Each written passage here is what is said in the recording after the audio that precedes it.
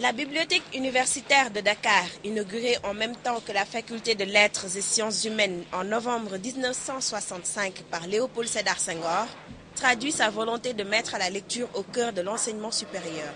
Cependant, le constat général est qu'elle est de plus en plus délaissée par les étudiants. D'année en année, le nombre d'inscrits augmente. Par contre, ce qui est remarquable, c'est que le nombre de documents empruntés baisse d'année en année.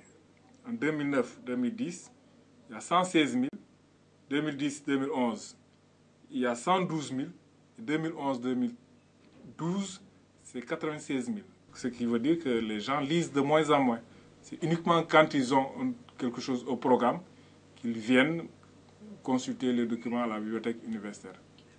Si certains y vont pour profiter de la quiétude des lieux et réviser leurs leçons, la plupart fréquentent ce temple du livre pour consulter les œuvres au programme et non par amour de la lecture.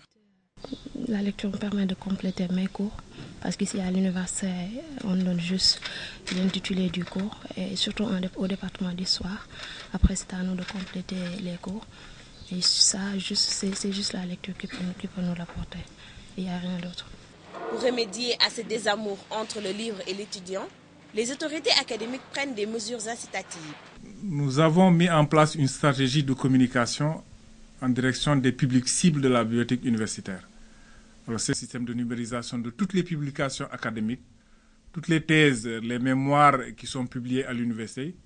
Nous les mettons sur support électronique et ces documents sont accessibles via le net sur le site de la bibliothèque bucad.sn. Les gens ne sont pas obligés de faire des déplacements tout le temps à la bibliothèque universitaire pour avoir accès à ces documents-là. Malgré une riche collection de plus de 500 000 œuvres à la bibliothèque universitaire, le niveau de français des étudiants est sur une pente déclinante.